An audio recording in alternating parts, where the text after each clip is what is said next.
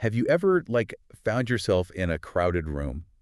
Mhm. Maybe it's a stark, fluorescent lit waiting area, or it's just a really bustling, noisy coffee shop. Oh, yeah, constantly. Right. And your eyes just sort of lock on to someone sitting a few tables away. Yeah. And they aren't doing anything loud or, disruptive at all. They're definitely not trying to draw a crowd.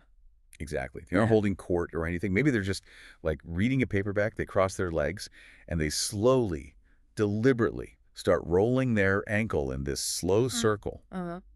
And for some completely inexplicable reason, you just can't look away. You are entirely captivated by this tiny, quiet movement. It's a beautifully specific image the author of today's source text uses, but it's just so universally recognizable, right? It really is. You look at that person and a question immediately forms in your mind, which is, who is that?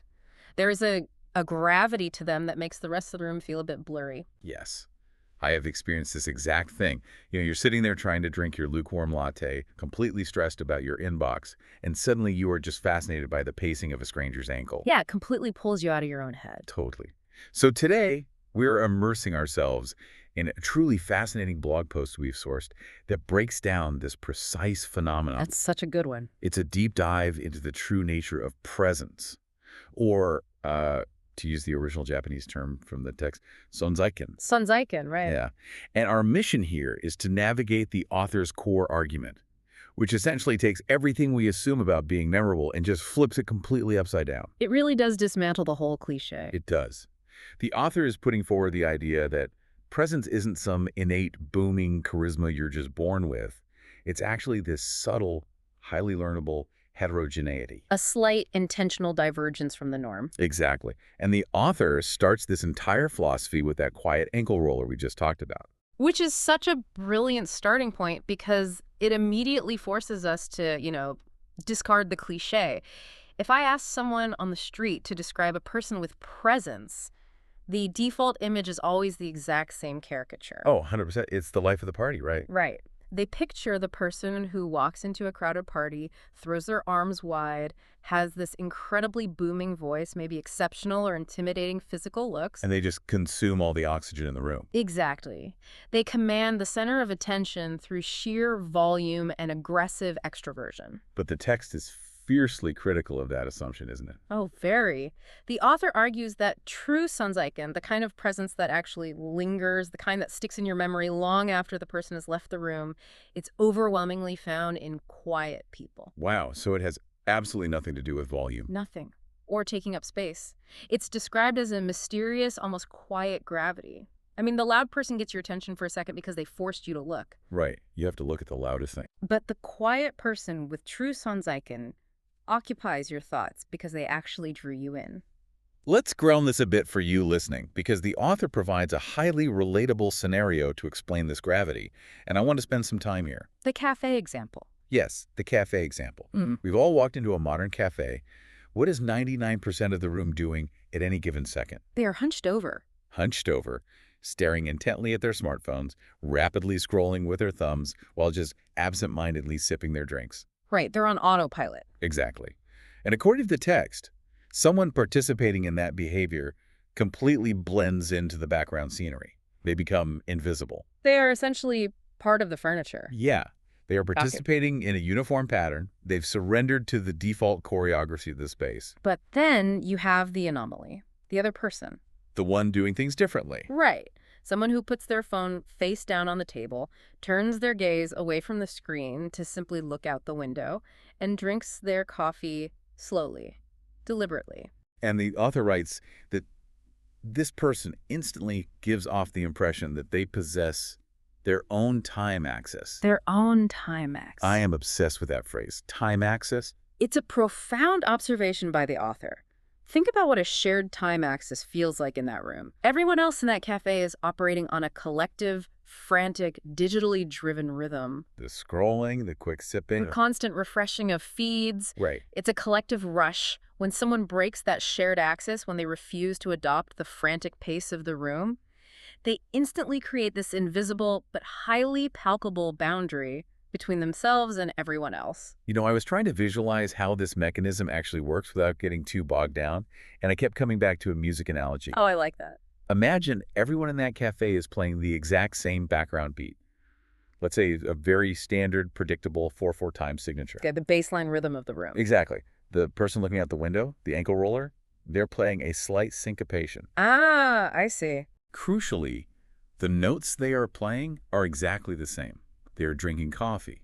They're sitting in a chair. Right, the actions aren't wildly different. But the rhythm is uniquely theirs. It's slightly, deliberately off the main beat of the room. How does that slight shift in rhythm, just looking out a window instead of a phone, change our perception of them so drastically?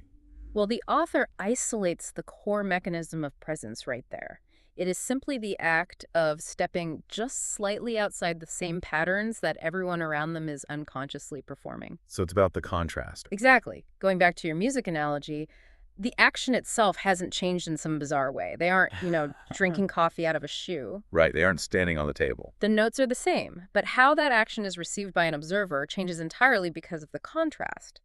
When everyone around you is trapped in a mindless, identical loop, the person who exhibits even a tiny fraction of intentional pacing becomes a focal point. They become heterogeneous to the environment. Yes, they introduce a subtle friction. Heterogeneous. So they're made of different stuff than the background wallpaper.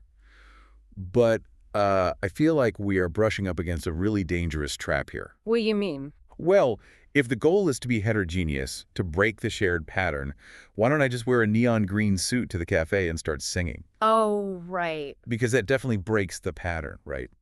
But the author warns extensively against that exact instinct. Extremely so. When people actively try to have presence, it usually results in a spectacular, painful failure. Because they completely misunderstand the assignment. They confuse heterogeneity with simply standing out. The text points out that when people realize they are invisible and desperately want to be noticed, they default to turning the volume up to 11. They yell across the room. They wear bizarre clothing, or they develop this highly exaggerated theatrical laugh. Yeah, they are trying to force a break in the pattern through brute force. And the author explicitly outlines the social reality of why this fails, right? They do. Do those brute force actions catch the eye? Yes.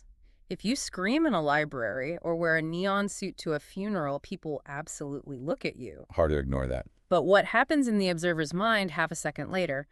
The text argues that these loud, desperate actions are immediately processed by the people around them, categorized, and then instantly dismissed. Ah, so they get noticed, but for all the wrong reasons. Exactly. The observer slaps a label on them. A nuisance.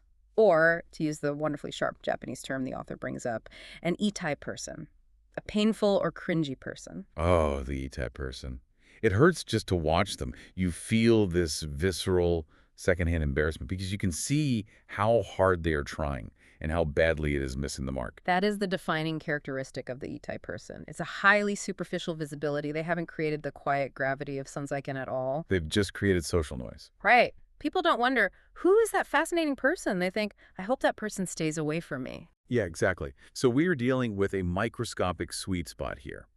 The core argument is about finding the exact delicate boundary of this heterogeneity. It's a total tightrope. The text defines it so clearly, creating a sense of weirdness or discomfort without creating unpleasantness. Discomfort without unpleasantness. That is the golden rule of the entire blog post. It means you disrupt the observer's expectations, you make them pause, you create a tiny moment of friction, but you never, ever cross the line into making them feel threatened, annoyed, or embarrassed for you. The author describes this dynamic as a strange gravity. It's prompting the observer to think, that's a bit odd, but I don't hate it. Yeah, I don't hate it is key. But honestly, this sounds incredibly abstract. I mean, we aren't all just sitting in cafes gazing out windows all day. We have jobs, we have to talk to people, we have to interact. We live in the real world. Right. How exactly does the text suggest we achieve this strange gravity, this Sanzaiken, in an everyday, mundane conversation? Well, the author provides a highly actionable framework for this, starting with what we can call the one-beat conversation rule. The one-beat rule, okay? Think about the modern conversational norm, especially in a professional setting or a fast-paced social environment. Sure. The expectation is rapid-fire exchange, immediate replies. Someone finishes their sentence and you instantly jump in with your response. Yeah, often people are formulating their reply while the other person is still speaking, just waiting for the microsecond they stop to launch their own words. It's verbal ping-pong. You want to show you are quick, sharp, and engaged, so you hit the ball back the millisecond it crosses the net. But a person with true Sanzaiken, according to the text, does something highly unusual in this environment. They pause for a single beat before answering. Just one beat of silence. Just one beat. Wait, if I'm in a high-stakes meeting and someone asks me a question, and I just sit there in silence for a beat, aren't they going to think I wasn't paying attention? That's the fear. Or that I don't know the answer? Right, that is the exact fear that drives the rapid-fire norm. But the text argues the exact opposite happens. Oh, really? Yeah. The reason the single beat works is because of the implicit message it sends. It inadvertently signals to the conversational partner, I really listened to the words you just said, and I'm actually taking a moment to think about them before I respond. Oh, wow. Okay. It subverts the expectation of the frantic ping-pong match.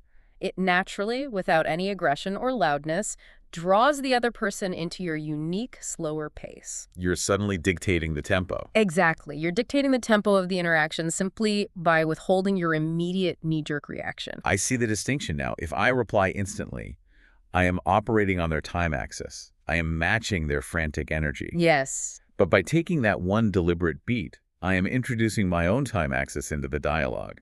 It makes the eventual words feel heavier. It creates a tiny conversational vacuum, and human nature dictates that the other person's attention will instinctively rush in to fill that vacuum. They lean in. They lean in. That is the definition of discomfort without unpleasantness.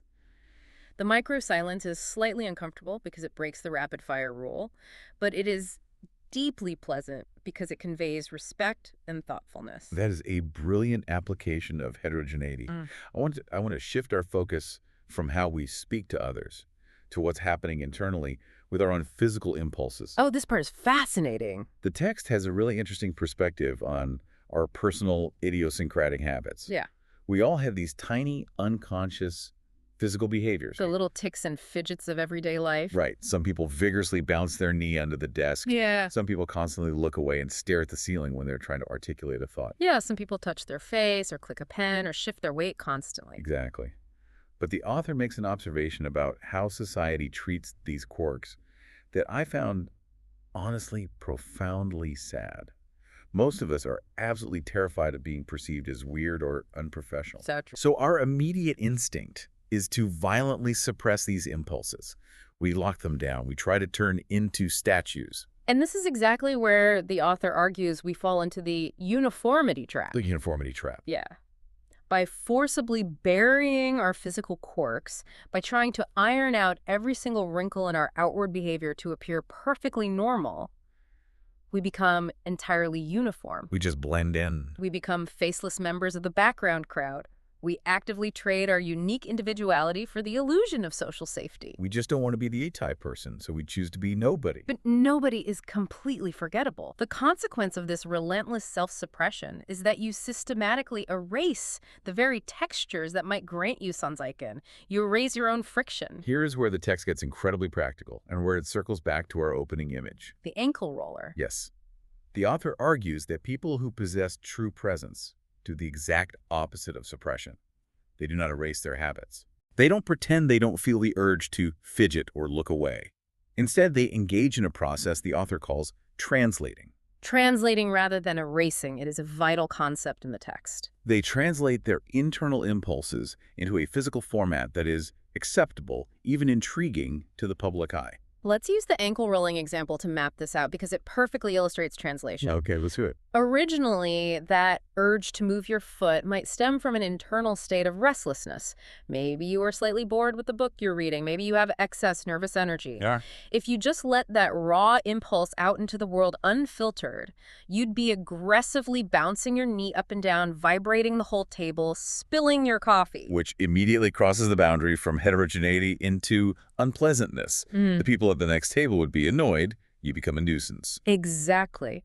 But by recognizing that energy, that raw urge to move, and consciously choosing to funnel it into something controlled, rolling the ankle slowly, smoothly, and deliberately, the impulse is translated. It ceases to be a frantic, leaking release of anxiety, and it is elevated into a deliberate aesthetic choice. Yes.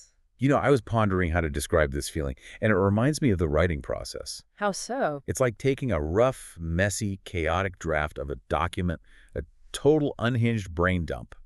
And instead of throwing it in the trash because it's messy, you format it beautifully. Oh, I see where you're going with this. You adjust the margins, you choose an elegant font, you add clear headings, and then you hand it to your boss. You haven't changed the core information. The raw data is still there. Exactly. The raw data, the physical urge to move, is still entirely there. You have simply changed the presentation. That's a great way to put it. By adding that one extra step of conscious effort to format the impulse, its entire nature transforms. It goes from looking fidgety and anxious to looking composed, deliberate, and entirely immersed in their own world. That is a phenomenal way to visualize the author's point. You are not denying your internal reality. You aren't pretending you aren't restless. You are simply refining its outward expression. Refining rather than rebelling. Right. And this concept of refining leads us directly into what I consider the most provocative and potentially misunderstood section of the author's entire argument. Oh, the taboos. Yes. It's the section on committing taboos to cultivate Sanzaiken. I have to admit, when I first read the phrase committing taboos, I stopped and thought, wait, is this blog post advising people to start acting completely unhinged? It's a jarring word choice, which is why it requires immediate and careful clarification based on how the text actually defines it. Definitely. The author is emphatically not talking about breaking laws, violating deep ethical codes, or being aggressively offensive. Okay, good. The text very specifically defines these taboos within the context of the unspoken, implicit rules of a room.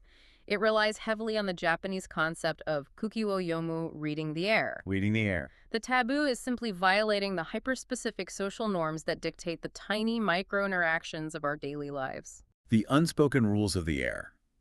Let's actually list the examples the author provides, because they are so deeply ingrained in our social conditioning that we rarely even register them as rules. We just think of them as being normal. Right. For example, if someone sends you a message or speaks to you directly, an immediate reply is considered the polite, correct behavior. That's a rule. Yep. Here's another heavy one. If a group of people around you is laughing at a joke, you should probably laugh too, regardless of whether you actually found it amusing. A classic rule. And another one.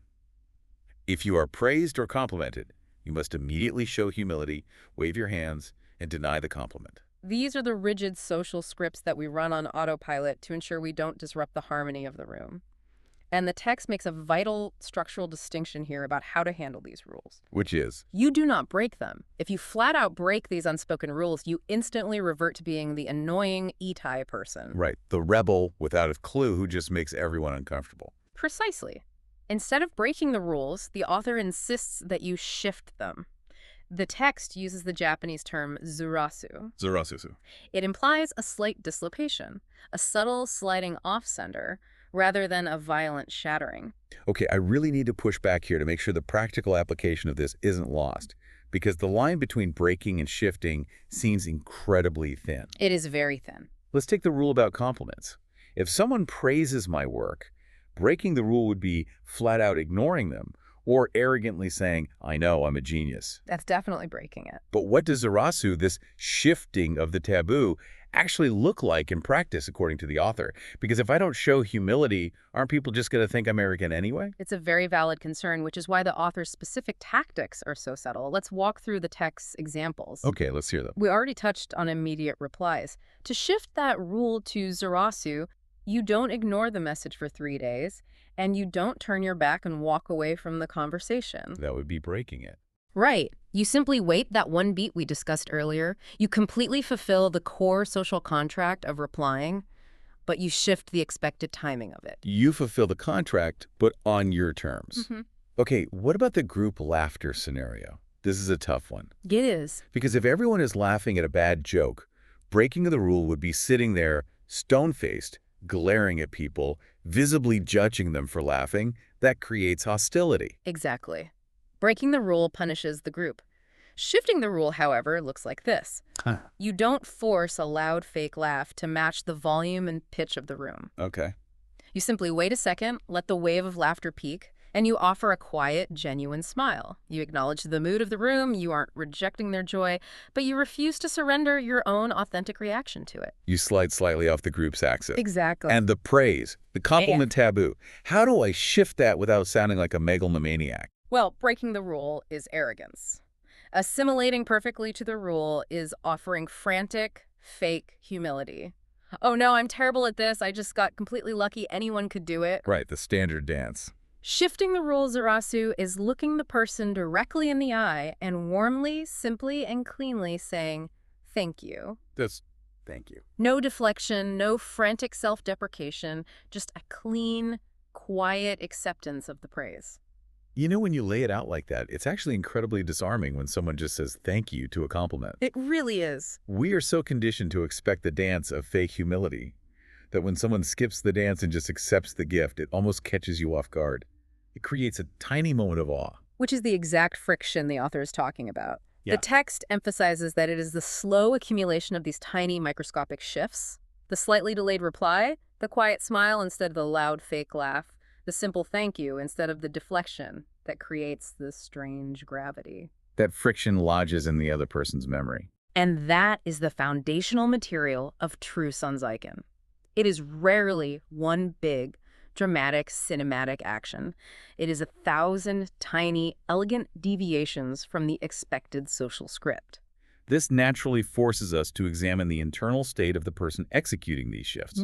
We've spent a lot of time analyzing the outward actions, the deliberate pauses, the formatting of quirks, the ankle rolling. The physical manifestations. Right. But there is a glaring question here. Why do people who try too hard to do these exact same things look so incredibly fake? I mean, I've seen people try to use the pause before speaking trick and they just look manipulative. Yeah, feels extremely calculated. The text addresses this head on, stating that it fails because their internal focus is entirely fixated on how they are seen. This is the critical juncture where a cheap party trick is separated from true Sunzaiken. When your physical actions are overly calculated based on the perceived reaction of an audience. When you pause before speaking solely because you read a blog post that said it makes you look thoughtful, rather than actually utilizing that moment to think, it radiates an undeniable unnaturalness. We all possess an incredibly tuned radar for that, don't we? You can just feel when someone is performing thoughtfulness versus actually experiencing it. We do. The text explicitly points out that humans possess a highly sensitive, almost infallible radar for this manufactured feeling. It's like we can smell it. We really can. And the bitter irony here is that the person trying so desperately to be seen as mysterious or thoughtful might actually succeed in being remembered. Oh, they remembered. But they will be remembered as someone who felt completely fake or someone who felt like a liar. The desperate intention behind the action bleeds through the performance. So the author suggests a complete and total pivot of our internal framework. Instead of constantly agonizing over how to be seen, we need to shift our entire focus to how to be. How to be. The Japanese phrase used in the text is duaruka. It is about achieving a radical honesty with your own internal movements in any given exact moment. What do you actually feel right now? What do you actually think? What do you actually choose to do in this microsecond, regardless of the audience watching you? Exactly. It demands an internal locus of control, completely severing the reliance on an external locus of validation. The text introduces a concept here to explain duaruka, and it uses a word that I want to carefully demystify. The word is worldview, or sakaikan. Sakaikan. Now, I'll be honest. When I normally hear the word worldview, my brain immediately conjures up an image of an eccentric, avant-garde film director in a turtleneck, or someone with impossibly elite art tastes and a deeply complex, impenetrable philosophy about the cosmos. Right, it sounds exhausting. Extremely exhausting. But the author has a wonderfully refreshing, grounded, and accessible take on what Sakaikan actually means in the context of presence. The author's definition of worldview is completely stripped of all that pretension. In this text, Sakaikan simply means possessing your own clear preferences, your own internal standards of judgment, and your own distinct sense of comfort, and then having the quiet courage to act in accordance with them. That's it. It is that beautifully simple. It doesn't require a manifesto. Let me try to apply this definition of Sakaikan to a mundane daily scenario to see if it holds up. Go for it. Imagine you are commuting for work. You step onto a crowded train car, the doors slide shut. Instantly, what happens? Phones come out. Almost as if on a synchronized cue, every single person reaches into their pocket or bag, pulls out their smartphone, and begins scrolling. Yep, the shared time axis again. Now, if you also pull out your phone, not because you genuinely need to check an urgent email, not because you want to read an article, but simply to match the physical posture of the crowd, Simply so you don't look like the odd one outstanding there empty-handed. Exactly. The author would argue that yourself completely disappears in that exact moment. You have abandoned your own Sakaiken and adopted the crowd's worldview. You have allowed the physical environment to entirely dictate and override your internal behavior. Right. But let's reverse it. Let's say your genuine personal standard of comfort, your actual preference in that moment, is to simply stand there, rest your eyes, or passively look up at the printed advertisements above the windows. Just existing. If you adhere to that quiet internal pace completely, regardless of the 50 people around you frantically swiping on glowing screens, you suddenly become the anomaly in the car. You become the person that others might briefly look up from their phones and wonder about. Exactly. Your worldview isn't something you were shouting through a megaphone. As the text so beautifully articulates, true Sakaiken simply seeps out of you through these tiny choices. It is the quiet, unyielding persistence of your own preferences that creates the boundary. That seeping out is the manifestation of Sanzaiken. But this leads us into a truly difficult, high-stakes scenario. What's that? It is one thing to quietly maintain your own worldview on a train full of complete strangers whom you will never see again. Fair point. It is quite another challenge to maintain this heterogeneity, this slight divergence, in a corporate setting, a highly structured conference room, or a tight-knit social group where your livelihood or social standing is actually on the line. Yeah, it's a whole different ball game. The text dives into the conference room dilemma, and we need to unpack how to survive it. Ah, the conference room. It is the ultimate high-pressure test of Kukiwo-yomu reading the air. How on earth do you maintain this subtle divergence, this mysterious presence, in a mandatory team meeting without causing absolute structural chaos? We're looking like you're not a team player. Exactly. Or, frankly, getting fired. Well, the author provides a vital, almost surgical distinction here to solve this dilemma. It revolves around the difference between two concepts that look virtually identical on the superficial surface, but are fundamentally structurally opposed internally. Okay. The difference between assimilation versus alignment. Okay, we need to break these down deeply. Let's start with assimilating, or dukasuru. What is happening when I assimilate in a meeting? Assimilating dukasuru is the act of completely surrendering your inner access to the momentum of the group. Okay. You are sitting in the meeting, a direction is being decided upon by the loudest voices, and you just let yourself go with the flow without engaging your own critical thought. You just nod along. You absorb the group's opinion as your own internal truth simply because it is the path of least resistance. You hollow yourself out. Wow. Hollow yourself out. And the result, according to the text, is absolute zero presence. You become a ghost in the room. You become part of the conference table. Then what exactly is aligning, or uesuru? How is it different if the meeting still ends with everyone agreeing? Aligning a Uesuru is a conscious, active choice. It means you respect the overarching atmosphere of the room and you actively choose physical actions and verbal agreements that fit the group's practical needs, while simultaneously holding fiercely to your own internal access and critical perspective. So you're playing along, but you aren't surrendering. Exactly. You might outwardly agree to support the project direction because you recognize it's the most pragmatic step for the team's progress, but internally, you maintain your sharp, critical thinking about its potential flaws or alternative approaches. I see. You absolutely do not surrender your mind. You merely synchronize your outward actions for the sake of functional harmony. The result is high Sanzaiken.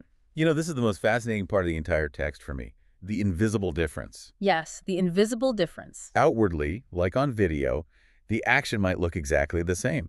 Both the assimilator and the aligner say the exact same words. Yes, I agree with this plan. Let's move forward. Identical phrasing. But the text points out that the person who aligned, rather than assimilated, will have a noticeably, undeniably different physical aura afterward.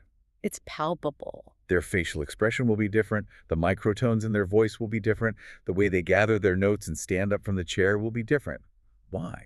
Because of what is still alive and active inside them. They still possess their own thoughts. Exactly. The assimilator is internally empty. They gave everything away to the room. The aligner is internally full. They are merely cooperating with the room. Internally full. And human beings, as we've noted, can unconsciously sense that fullness. They sense the weight of the unsurrendered thoughts. But I keep coming back to the inherent risk of holding on to that fullness. Maintaining that internal axis, that Sakaiken, comes with a social cost. Oh, inevitably. The text frankly notes that when you act even slightly differently, when you refuse to blindly assimilate, eventually someone in your group is going to look at you and say, "You're a bit weird, aren't you?" Or you're acting kind of strange today. Right. And for the vast majority of us, hearing that is a panic-inducing moment. All alarms go off. We think, "Oh no, my cover is blown. I've been spotted deviating from the norm. I need to apologize and correct my behavior immediately." It instantly triggers our deepest anxieties about being ostracized from the safety of the tribe. So why in the world does the author argue that hearing "you're weird" is actually a massive victory? When I read that, it felt completely backward. How is being called weird a win? Well, the text frames it as a victory because it is undeniable proof that you have successfully lodged in their memory. You made an impact. Exactly. You are no longer part of the corporate wallpaper. They noticed you. As long as the specific way you are weird isn't causing genuine unpleasantness, which circles us all the way back to that delicate boundary we discussed regarding the E-type person, it is the very first necessary step of establishing presence. Because it means your heterogeneity has finally become visible. Right. Think about the tragedy of the alternative. If you panic at the first sign of friction and frantically smooth out all your rough edges the moment someone points them out, you instantly regress right back to being forgettable. You take sandpaper to your own personality. You sand away the exact friction that makes you a memorable human being just to avoid a moment of awkwardness. Precisely. To cultivate Sanzaiken, you have to build the internal resilience to endure the slight, fleeting discomfort of being perceived as different. You have to be okay with the friction. Which leads us perfectly into the final cautionary section of our deep dive. We spent a lot of time talking about shifting taboos, pausing for a beat, and translating physical quirks. A lot of actionable stuff. If someone isn't careful, all of this can begin to sound like we are just giving out acting notes. Like a script. Like we are teaching a master class on how to pretend to be interesting. But the author concludes with a stark, blinking red light warning about the immense danger of playing a character. It's a huge pitfall. Trying to consciously play the role of the mysterious person or the cool, quiet intellectual is described as a massive, unavoidable trap. It is the ultimate trap because it violently contradicts the core principle we established earlier. How to be, duaruka, versus how to be seen. Right. When you act a part, you are, by definition, constantly monitoring your own performance. You are tense. You are watching the audience watch you. And the text explains with brutal clarity why acting will always eventually fail.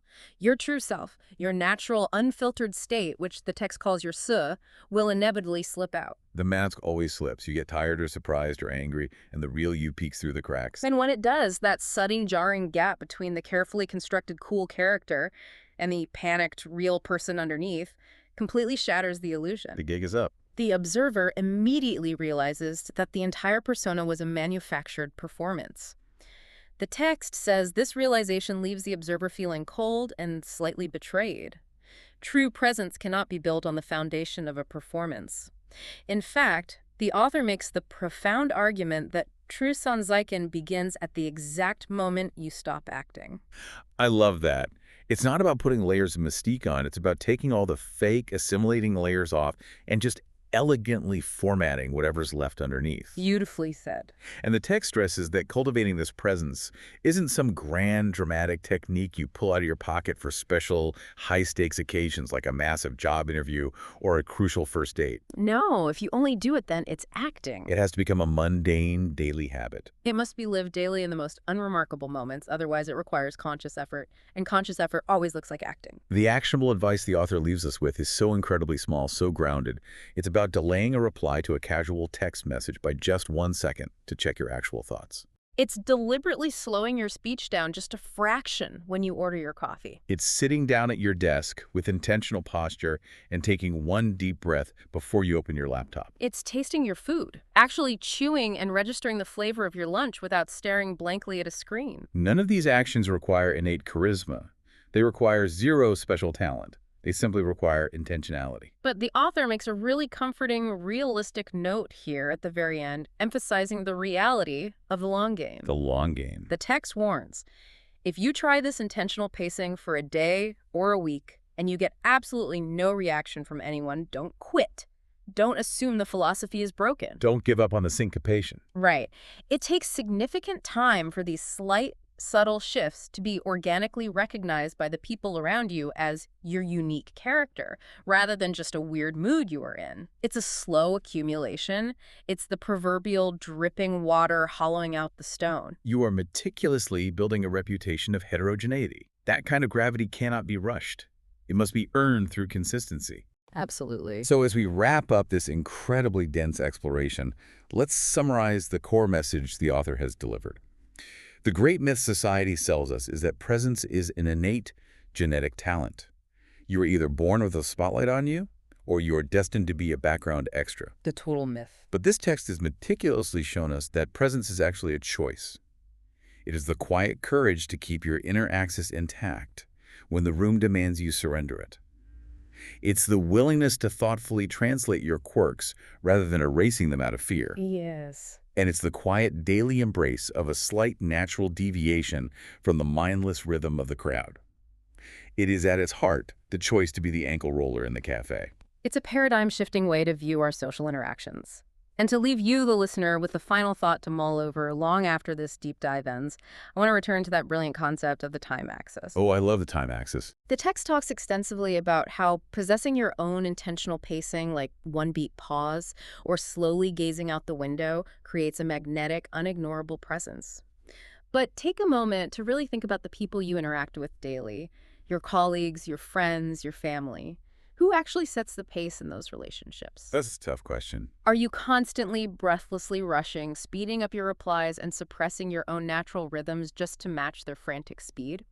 Or are you occasionally offering them the quiet, subtle invitation to slow down, take a breath, and join your rhythm? The next time you feel that sudden, anxious rush to reply instantly to a question, pause for just one beat and ask yourself a very simple question. Whose time axis are you living on right now?